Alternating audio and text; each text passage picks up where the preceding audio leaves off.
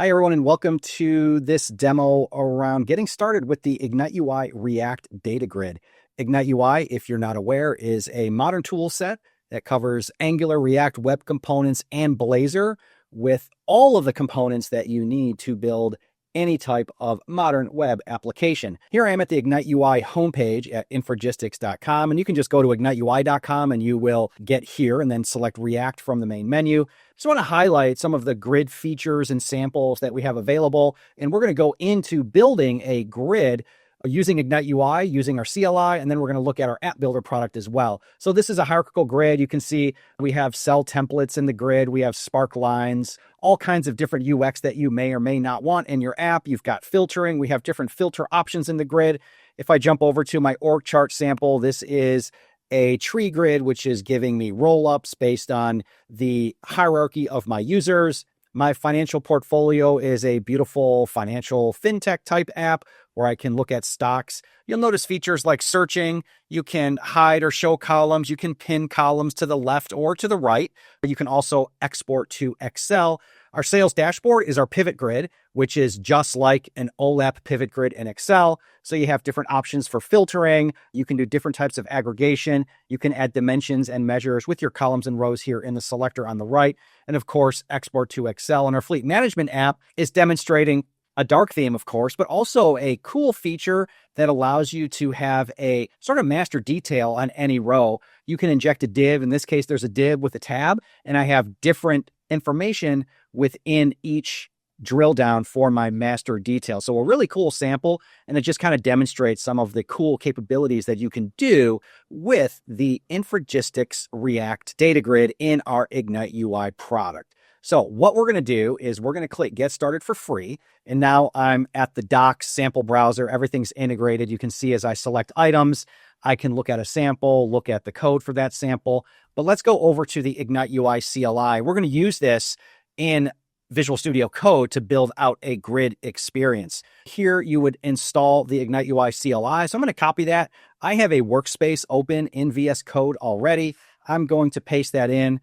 I'll install my Ignite UI CLI. It's already installed, but it's just going to reinstall it. Next, let's go back to our docs, and I want to actually create a new application. So the CLI gives you a bunch of different options. So you could add components, you can list templates, you can add your own templates, you can build and run the app. But let's go ahead, and I'm just going to copy this guy here. Let's go back to Visual Studio. We'll paste this in. Framework is React. We want to use TypeScript. And we don't want to call it my project. Let's just call it grid. Whoops. Let's go back and let's call this grid demo. So let me delete all this and I'm just going to say grid demo and hit enter. So what this is doing is it's installing all of the packages I need for my grid demo. You can kind of get a feeling for what it's doing down here. Now I'm ready to go. It's saying CD grid demo, IG add, IG start. So let's copy this. I'm going to paste this. Let's change to the grid demo. And I'm going to do an IG add, and this gives me a menu. I can complete and run or add a component. I want to add a component. It'll let me do gauges, grids, charts. I'm going to do a grid. We'll call this grid 1, and we'll complete and run. We'll run it on localhost 3003. So let's just hit enter. That's all I needed to do. And here you can see we have the default page. So let's go to grid 1. Whoops. Grid 1, and there is the grid that it created. So very basic looking grid, a header. We want to customize this to make it actually look a little bit better. So let's kind of resize this guy here. Let's resize this here so we can kind of just switch back and forth as we're modifying features. Let's take a look at package.json first. You can see all of the Ignite UI stuff that this actually added. So Ignite UI React grids, inputs, layouts, etc., and all of the other dependencies. Let's drill into source, go to app, go to grid 1. I've got the data that this grid is bound to. I want to change that though to some live data. Then I've got the grid page. So what did this generate? So we've got some header information. I can get rid of some deprecated features here. Let's get rid of this row altogether. And you'll see that what I have is an IGR grid. I'm telling it to auto-generate false. So we can tell it to generate columns all by itself. We can give column definitions. In this case, we're giving IGR column definitions, and these don't have any features. So there's no sorting, resizing, grouping, like none of the features that you might want to use are enabled. So how do we kind of clean this up a little bit, make it look a little bit nicer? Well, I'm going to get rid of the header and the style information here. So I've got my container, I've got the grid. So that's kind of how my grid is looking. If I go to the styles.css and we scroll to the right, you'll see I've got some styles for the title, the container, the grid itself. And I want to customize this so it looks a little bit better. So let's do 98% on the width, margin bottom. We can do like 14 pixels is fine. And for the height, let's add a height property and let's do calc. And what I want to do is 100 vertical, but let's minus, let's say 35 pixels. And now the grid takes up the full amount of my screen, which is what I want. So now let's get some actual data in there.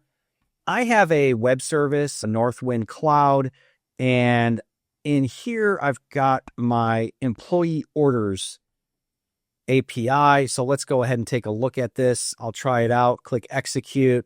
Ultimately, this is giving me all of the orders with the employee information, along with the picture of the employee, everything I kind of want to display in my grid. So let's go ahead and copy that. Let's go to our grid TSX. And what we want to do, I'm just going to paste this here. I want to just fetch this data. I mean, there's many ways to do this. This is like the simplest, fastest way. So I'm going to paste in just some code, which is going to get the data from this endpoint. So let's copy this endpoint, and in my fetch, I'm going to paste it in. And at this point, I have the data that is required to load into my grid. So let's go ahead. We will import that, and we will import this. Super easy with Visual Studio Code. Make that look a little bit nicer. So now I will be able to get this data into the grid. So in my grid itself, remember I have auto generate equals false. So I'm going to say auto generate equals true. I still want to bind this to data. So I'm basically going to ignore data.tsx. And then all of these IGR columns, I don't need anymore because I want to auto generate true.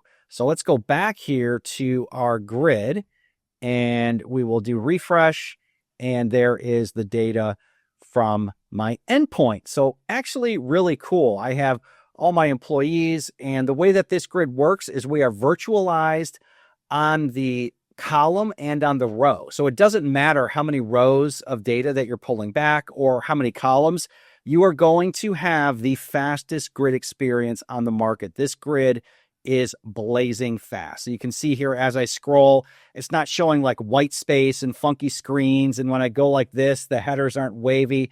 It's actually something we really focus on is that performance. But what I want to do is I want to actually use columns. I don't want to auto generate equals true because I want to customize this. And you can see my date formats. Yeah, they're fine, but it's not how I really want them to look. And I want to move a few things around, and I want to take advantage of some of the features of the grid. So I'm going to go back to my Swagger, and we're going to be smart. We're going to use a little AI because AI is good in cases like this. So I'm going to copy my schema, and I'm going to say use the pattern of the IGR columns to add these columns in the grid. And we'll go ahead and paste this in. And let's see, are we in agent mode here? We're in ask. Let's go to agent mode and just let it update this itself. And we will let it do it. So I'm using Claude Opus. You could use anything because these are like super basic things that we're asking our AI to do. And it's going to just splat out a bunch of new columns here. So it generated everything. It is giving us the field name and the header name. What's kind of nice is you'll notice for the header, it actually made a user-friendly name, which is really cool. So the field name is ship name, but it's going to do ship name for the header. This is why AI is great. So let's go back to our sample and boom, look at that. I got beautiful headers. Notice my dates now are formatted based on my locale, which is I'm ENUS, and everything's looking good. So let's change a couple things. I noticed my photo path kind of got messed up there. So let's go find photo path. Here we are. Data type is string. Well, that's actually an image. And I want to take this column and I want this to be the first column in my grid. So let's paste it up here. So now I've got the photo path as my first column, and that looks good. If we go here and we scroll back to the left, boom, I have my columns set kind of how I like, but they're not really doing much. And I really don't want this to be so tall, that column. So if I could resize, I could, but why don't we just set some properties here? I'm going to say the width equals 100 pixels. Whoops, let's spell this right. Width equals 100 pix. And yeah, that looks a lot better. My column heights aren't so large, and I could further make them smaller, but I want people to actually see the person's image of the salesperson. So that's actually going to be the salesperson's ID. Now there's two ways to set features on the grid. There is at the grid level and there is the column level. So first let's take a look and add some properties on the grid. You'll notice at the grid level right now, I have auto generate and I have my data binding. Because we're using TypeScript, we're going to get all of the IntelliSense as we type. So I want moving equal to true. I want filter mode. So we have different filter modes. I want this to be Excel style filter. I want to make sure allow filtering is set to true. And let's scroll over to make sure we're getting that. And actually, let's just kind of make this go down to the next row. I want row selection.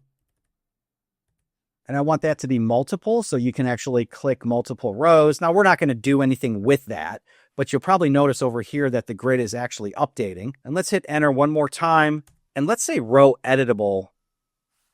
Let's make that false. So we'll just say false. And column resizing, let's get rid of that.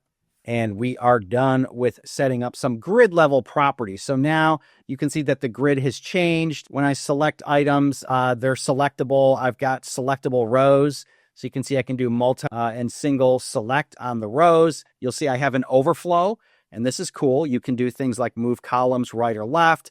I can pin columns to the left. And in fact, this column is not a good one to pin, but let's scroll over and grab something like company name.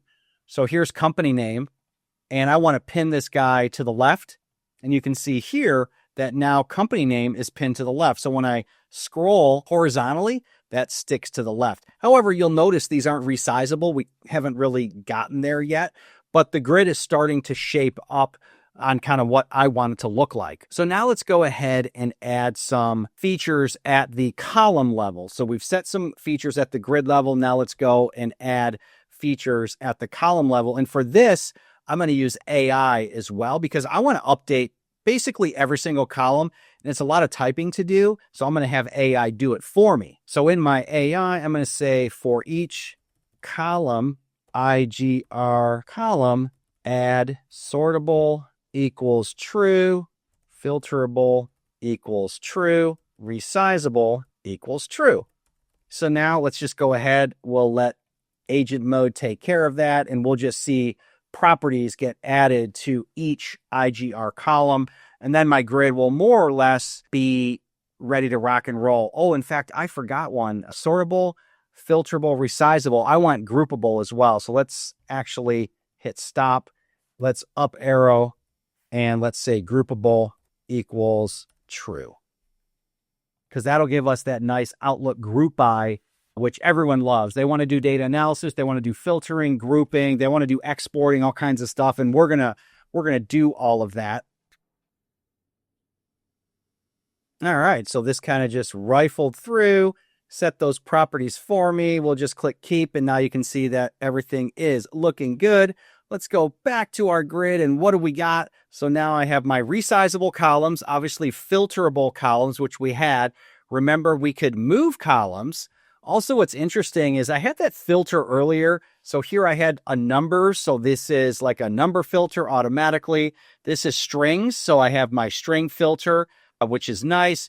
But if we go to a date time field, you'll notice that my date filter has completely different presets for selecting dates. So kind of nice that we'll look at that column type and we'll make sure that when you're doing filtering, it is enabled. And then here you'll notice I've got this group by area. So let's go ahead and maybe group by last name. And so now I have column groups, which I'm getting a summary of the number of items per group, and I can collapse all, expand all, and is our super high performance collapse expand. But nice features kind of wrapping around the grid right now that are, with no really complex code, just a few property settings, we're going pretty far.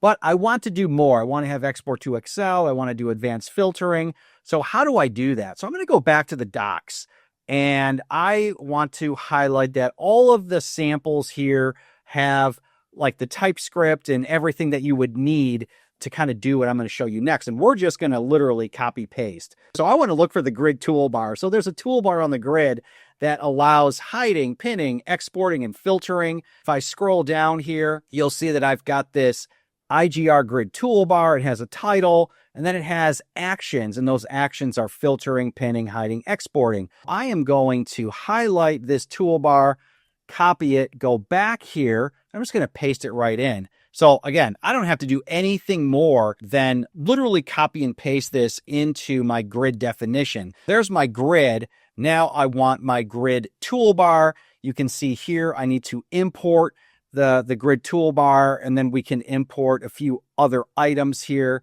Let's import that. Let's import the title, React Grid. So we're just going to keep importing a few items here. Import, and one more, and two more. So this took care of it for me. So now what do I have? Let's go back here to my grid. I have a grid toolbar. This has an advanced filter dialog, which allows you to do anding and oring groups.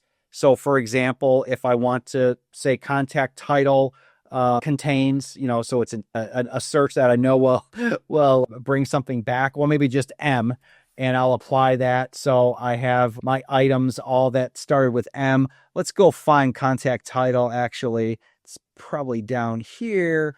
Contact title. Is this contact title? Yeah, contact title. Accounting manager. All right, let's go back to this and let's edit this guy. And let's just say accounting to make it better. Apply, and boom, there is my filtered list. However, I would actually really like to know how many items are in this list. So how can I do that? Let's go back here, and I'm going to do this on a string column. And the reason is if I do it on a number column, it will give me like top, bottom, etc. Then I have to do a little bit more work to do that. But on this IGR column for last name, let's hit enter here and just say has summary, and that's going to be true. So now when I go back here, we will be able to see that there should be a column summary. Let's do a refresh. There we go. 830, advanced filter, add condition. Let's do the contact title again, and we'll just do equals.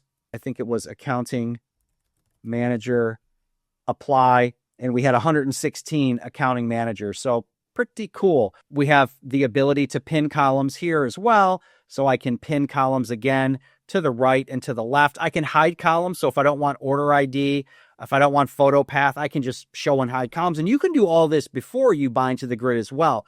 But this is where it gets cool. So let's go ahead and do a group by, and let's group by ship country. So I've got my ship country here. Each one of these has different items in it.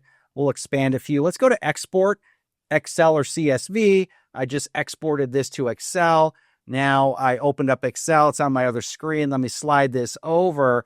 But check this out. It actually exported the groups. It exported the expanded ones that I have. So we don't just export like a flat CSV. You actually get a real Excel file with exported data. So let me do a refresh. We'll kind of reset this to where it was at. And let's add one more element to this grid. We have a feature called an action strip, and that action strip allows you to customize hover buttons as you hover over rows in a grid. So let's go back to our docs and let's take a look at action. And here we got row actions, and okay, this is cool. Oh, look at that action strip. Allow pinning actions and editing actions. I didn't allow editing, so we'll just kind of let it do the pinning. But I'm going to do the same thing. I'm going to paste this guy here. Let's go ahead, make this look a little bit better, like so. Let's go ahead and import whatever we need to import, and we are ready to go. So now when this guy refreshes, you'll notice as I hover, I have a action strip here. So I can do things like pin individual rows to the top of the grid. So how cool is that? So here I'm pinning some items. So not only can I pin items to the top, but I can also pin items to the left. So if I want to scroll over and I really want to make sure that I've got that company name pinned to the left, I can do that as well. So you can see here, I've got company name pinned to the left. And this guy, of course, I should have pinned to the left. I can also drag items into the pinned area. Now it is pinned to the left. And you can see here, this says pinned. Really minimal code that I've done so far. And I've got a super robust, cool looking grid. But let's say you don't like the way this looks and you want a dark theme or you want to use a different theme. By default, if I go back to my grid page, I'm using Bootstrap. I'm using light Bootstrap. So let's say we want to use the dark theme. So there, now I just changed that. Now I've got the dark Bootstrap theme. Looks cool. Everything flows through nicely, all the contrast, etc. Maybe you don't want Bootstrap. How about material? A lot of people love that material look and feel. Material looks great with this grid. So nice. We also have an indigo theme.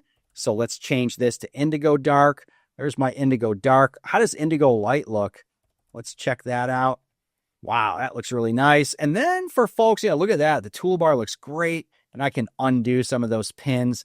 For the folks that love the Microsoft, the Blazor look and feel, let's go with Fluent.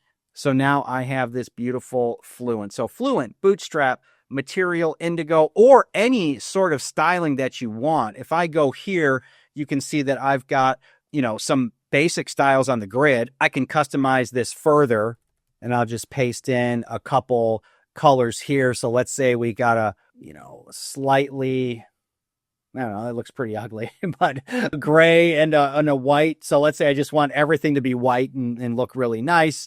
Great. Now I've changed it to just this bright white color. And yeah, this looks great. So with almost no code, letting AI do the hard part, which was my columns, and that pulled in my schema from Swagger. Of course, I could have done a type and had this done a little bit differently with the service. But what I'm trying to do is just demonstrate how easy it is to get started with the Ignite UI React Grid. Now, what if I wanted to do this even easier and I didn't want to write any code at all? Well, that's no problem. Let's close out this example. Let me go back to my browser. I'm going to go back here to my Swagger file. I'm going to copy this swagger.json, and I'm going to go to appbuilder.dev. So let's go ahead and click sign in. I've already logged in as an account, and this is the App Builder homepage. This is a low-code tool. It's WYSIWYG drag and drop, and it will allow me to do the same thing I just did without writing a single line of code. So let's do a new application. We could generate with AI, so we have a whole conversational AI interface, but I am just going to go to templates. I mean, we have sample apps. You can import from Figma, all kinds of cool stuff. But let's just grab a basic template. And let me go back here. I just want to make sure I did copy this correctly. Control C. Let's go here. And here is my app. I'm going to run this guy. You can see that not a lot going on. I got a menu. But the beautiful thing is you'll notice I am getting code here on the right-hand side. So I want to link into that service that I have, my Northwind Cloud. So let's go to data. Let's add a new REST API. Let's call it webinar demo today, just something I'll remember. And we'll add a URL. Let's paste in that endpoint. I'm going to save this guy and let's go configure our endpoints. I don't want to select all. I want to get my employee orders. So this should be sorted by date. Let's see. We have order details. Let's scroll back up, scroll down. Actually, it's not in alphabetical order. There's my employee orders with photo. Let's click send. We'll view details and we can see here that my data came across. Let's select data. It's going to select all of this. Great. We'll click done. Let's go back here to our pages. You can see I have 3 views here. Let's delete what we have in this view. And I want to pick a layout. Well, I really don't need to because I just want the full screen.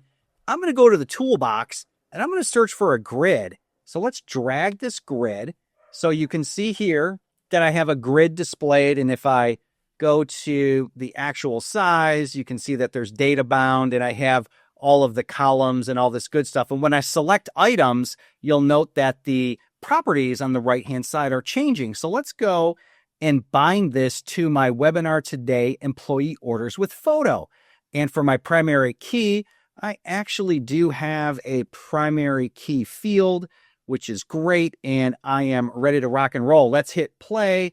And just like that, I have the same exact display that I had in my React app that I started with our Ignite UI CLI. You'll notice here, all of the code is written. In fact, let's go to React. And now this is the React code. Let's edit. I want some features on this grid. So let's go ahead. Let's click plus. I want to do everything. So let's just select every single feature and grouping, hiding, well, everything, summaries, we don't care. And you'll see the summaries thing that I was talking about earlier, where I get summaries for everything. And in fact, for paging, let's go to paging here and let's modify what the paging configuration is. And we'll make this 100 pages each. And let's run this again.